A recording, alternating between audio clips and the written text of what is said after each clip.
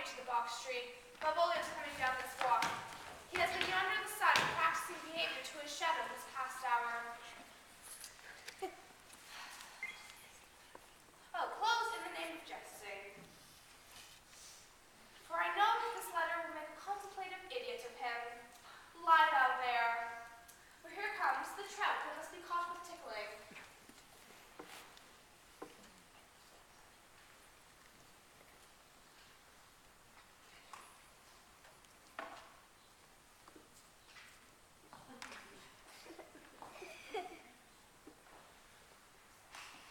Tis but fortune. All is fortune. Maria once told me she did affect me, and I have heard her come thus near, that, should she fancy, it should be one of my complexion. Here's an overweening rogue. Oh, peace! Contemplation makes a rare turkey cock of him. Oh, jets are in advanced plumes. Slight, I could so beat the rogue. Oh, peace. Besides, she uses me with a more exalted respect than anyone else who follows her. What should I think of it? A rogue! Pestilent! Pestilent! Peace. To be Count Malvolio. A rogue! There is example for it. The lady of the Strikey married the yeoman of the wardrobe. Fie on him, Jezebel. Oh, peace! Now he's deeply in. Come, imagination blows him. Having been 3 months married to her, sitting in my stead, calling my officers about me in my branched velvet gown, having come in from a daybed where I have left the Lady Olivia sleeping. Fire and brimstone! Oh, peace, peace. And then to have the humor of state, and after a demure travel of regard, telling them I know my place as I would they should do theirs, to ask for my kinsman Toby. Bolts and shackles! Oh, peace, peace, peace. Now.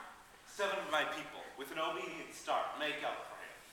I frown the while, and perhaps wind up my watch, or play with my summit jewel. Sir Toby approaches, curtsies there before me. Shall this fellow live? There were cells they brought from us with card. Yet peace. I extend my hand to him thus, quenching my familiar smile with an austere regard of control, saying, Cousin Tony, my fortunes having cast me upon your knees, give me this prerogative of speech. What? You must amend your drunkenness. Elscab! Nay, patience, or we break the sinews of our blood. Besides, you waste the treasure of your time with a foolish knight. That's me, I warrant you. One surrender. I knew it was me. Maybe we call it fool. What employment have we here? Now is the woodcock and gin. And the spirit of humor's intimate reading aloud to him. By my life, this is my lady's hand. These be her very C's, her U's, her T's, and thus makes she her great P's. It is in contempt of question, her hand. Her C's, her U's, her T's. Why not? To the unknown beloved, this, and my good wishes, her very phrases, by a leave, wax, soft, and the impressure, her Lucrece, with which she uses to seal. 'Tis my lady. To whom should this be? This wins him liver and all. Jove knows I love, but who? Lips do not move. No man must know. No man must know. What falls, the numbers altered, no man must know if this should be thee, Malvolio. Mary, hang thee, Brock! I may command where I adore, but silence like a Lucrece knife. With bloodless stroke, my heart doth gore. M-O-A-I doth sway my life. A Fustian riddle. Excellent wet, say I. M-O-A-I doth sway my life. Nay, but first let me see. What is your poison I should rest him? And with what weakness Daniel checks at it. I may command where I adore. She may command me. I serve her. She is my lady. Why, this is evident to any formal capacity. There is no obstruction in this. But the end. What should that alphabetical position portend? If I could make it resemble something in me, softly,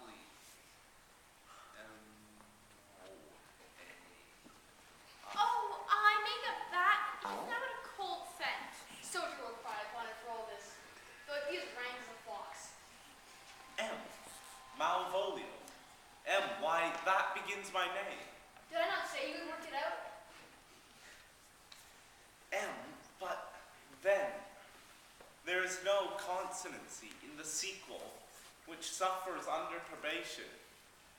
A should follow, but O does. And no shall end, I hope. Higher, I'll cudgel him and make him cry, oh! And then I comes behind. Aye, and you had an eye behind you. You might see more distraction at your heels than fortune before you. N-O-A-I. This simulation is not as the former, and yet, to crush this a little, it would bow to me, for every one of these letters are in my name. So, here follows prose. If this fall into thy hand, revolve. In my stars I am above thee, but be not afraid of greatness.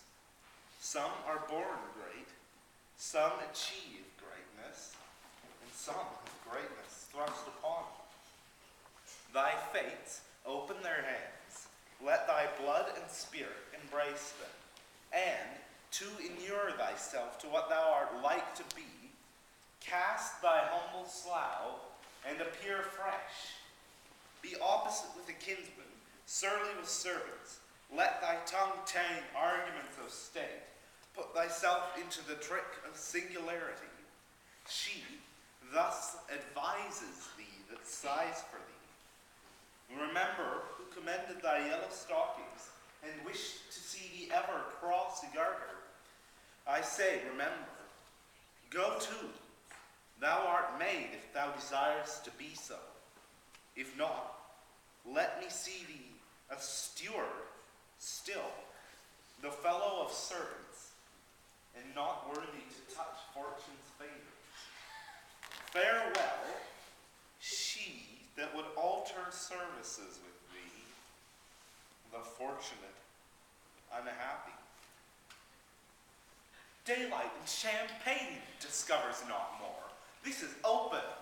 I will be proud. I will read politic authors. I will baffle Sir Toby. I will wash off gross acquaintance. I will be point devise the very man. I do not now fool myself to let imagination jade me. For every reason excites to this, that my lady loves me. She did commend my yellow stockings of late. She did praise my leg being cross-gartered, and with a kind of injunction drives me to these habits of her liking. I thank my stars I am happy. I will be strange, stout, in yellow stockings, cross-gartered, even with the swiftness of putting on. John, my stars, be praised. Here is yet a postscript. Thou canst not choose, but know who I am. If thou entertainest my love, let it appear in thy smiling. Thy smiles become thee well. Therefore, in my presence, still smile, dear my sweet, I prithee. Jove, I thank thee, I will smile. I will do anything that thou wilt have me.